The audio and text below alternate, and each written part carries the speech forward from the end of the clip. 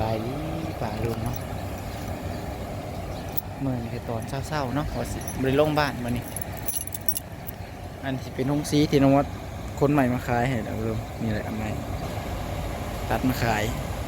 ให้ฮงซีก็จะอบเขาเมื่อนี่ว่ามีเวียกคือเกาเมื่อนี่ว่ามีแผนการว่าสิไปทางไกลเมื่อนี้สิไปเซโนลุงไงไปเซโนเมื่อนี้ภาพปิดองงูหน่อยไม่แสบหน่อยนะไม่แสบหน่อยหนึ่งพัดผู้เพิ่นมากองงูหน่อยมาแลกเงินลุงไง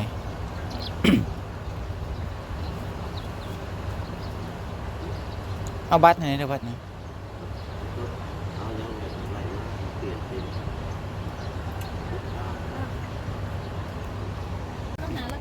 ละเก้าละเก้าเอา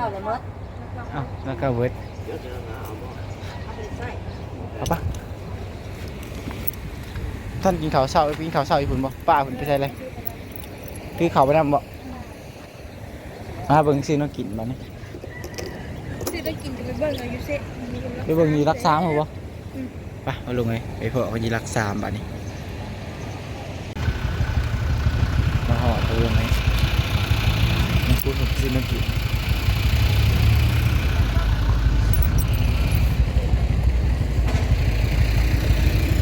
คนบ่ค่อยร้ายลงเหมือนเขาเจ้ารอบบ่ายรถไงเขาจะมาเขาแลนหลัด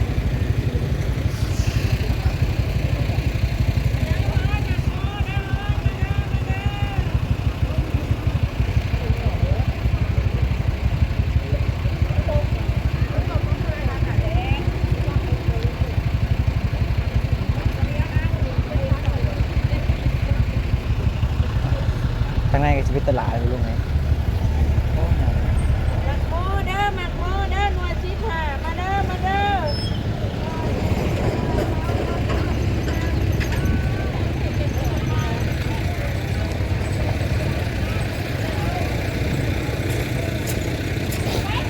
มีจองเลยรู้ไหมอารมณ์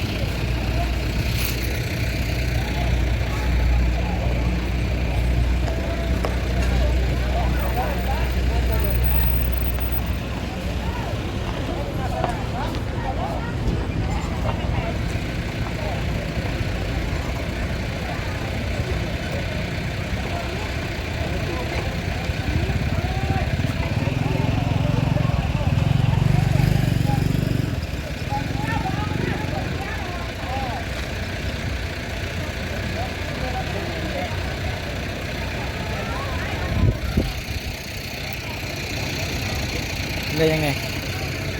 สมพักวิ่งไก่ปะลงเลยขอมีสวนไปพอตุนมาสั่นบึ๊ดความหนาว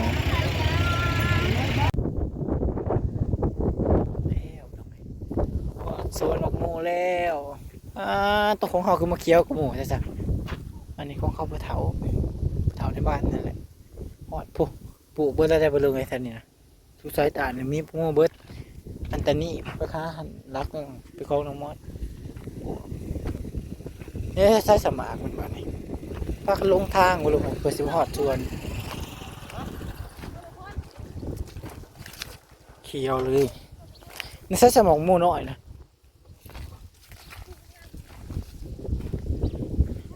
นี่หกมูได้ยินนะนี่ปิดออกว่าหมาใหญ่นี่หมาพวกใหญ่เลยนี่เอากระสอบมาเนี่ยมีอะไรมังนี่บ่มังเข้ามันนี่บ่นี่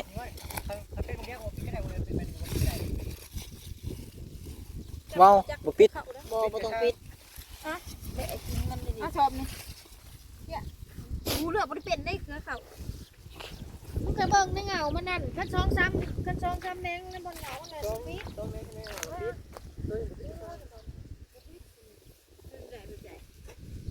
ปิดเบิ่งแล้วเนาะ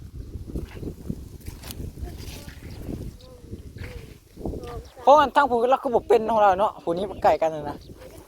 เขาลุงนะเขาลุงผมเป็นเลย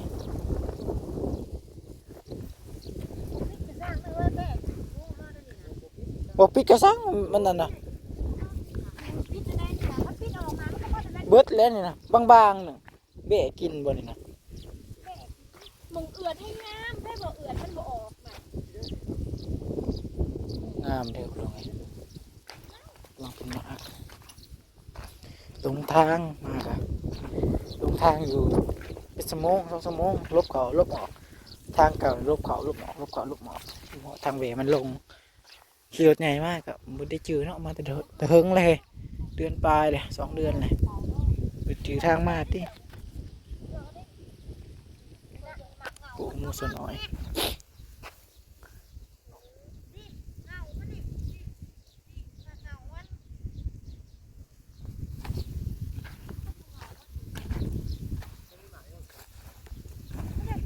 หมากเหงาปิดหมากเหงาเนาะว่าซั่น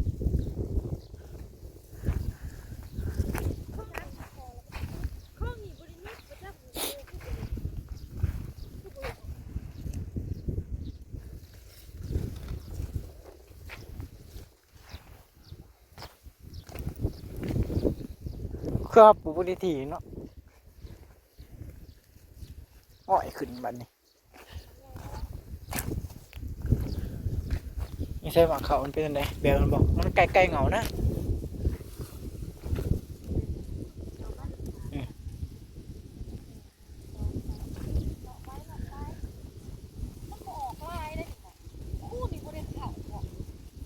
ข่าวแต่ว่ามันบ่ออก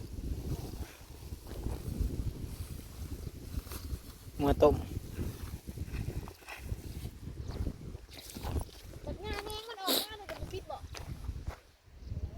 ลองปิดแต่หมากเขามันเหรอวะดินน่ะแข็งโปะเลยถึงตาสิบออกยังออกนี่บ่หมากเขามันต้นนี้เลยนี่หมากเขาแม่นบ่หมากเขาให้เอาหมากเขาเนาะ เอาแล้วปิดแต่หมากเงามันนั่น ปิดแต่หมากเงาหมากเดียวหมากแนงมันน่ะปลาไว้ ออกหั่น หมากแนง มั น่ะ นจะป้าตัวใหญ่มันหรือเปล่า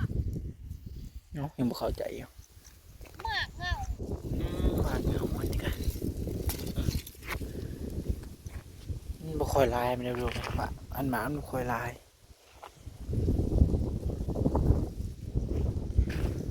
อันนี้ก็แม่นนั่นนี่เนาะคนยังไกลเงา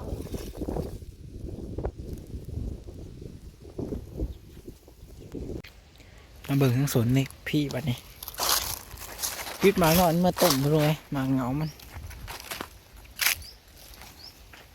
ยาวได้หมากดำนี่จะไปเก็บใส่กระสอบได้นักเด้ทั้งพี่นางงามบ่รู้ไงทั้งพี่ก้องเขาเจ้าแห่งบ่ออกเลยผู้เขาจะปลูกนำกันนะนี่ข้างกันนี่ทั้งหมองดินเมืองนี่ดินยังดินแหล่บ่เคยนะเป้อันเป้ก็กินน้ำบ่รู้ไงเป้ก็กินตัวหมากหมูงามกว่าหมูเขาจะว่าผู้เขาจะมาเบิ่งก่อนเนาะเขาจะว่าของเฮาน่ะงามกว่าหมูเขาจะว่าบ่งามไม่ใช่เนาะเขาเจ้าน่ะเบิดพุ่นละเขาอันข้างๆ2 เฮกตาร์ให้กันเขาได้น่ะเบิดป้องครึ่งอันของน้ำมดน่ะ4 ป้องของเขาจะน่ะเบิดแต่ป้องครึ่งของเฮาเป็นเบิด4 ป้องแหละตัวบ่ให้งามกว่าจังได๋เนาะ หมากเงาพัดใหญ่เลยนี่นะ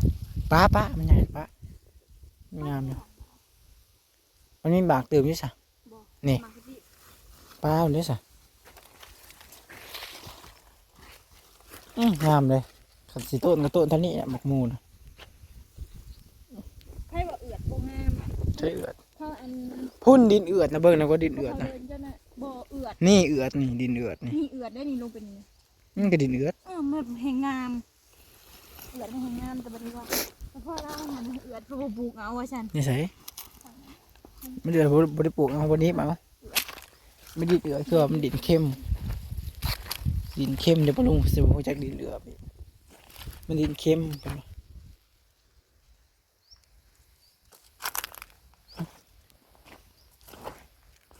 ผู้หมาบักไงเลย ยังเงินอันนี้ก็เจาะคายหมักมู่สดหน่อยนะป้าไปตะเสะไปดีวานนี่นะ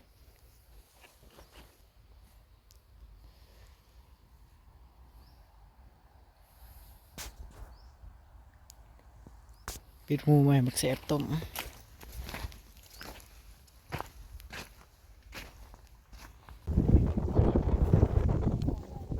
เลือกเอาหน่อย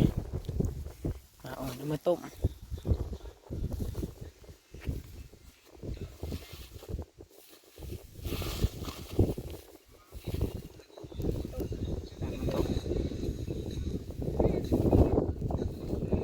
บ้านครับรู้ป่ะเนี่ยเมื่อบ่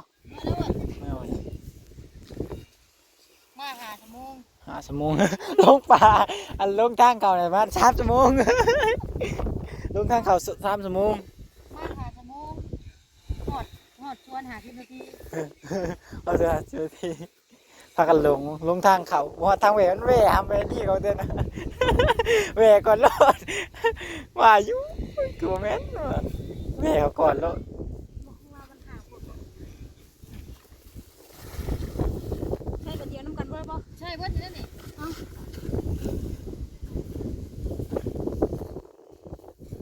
ขึ้นเซโน่บ่ออกขึ้นเซโน่บ่ เมื่อทางเก่าแล้ว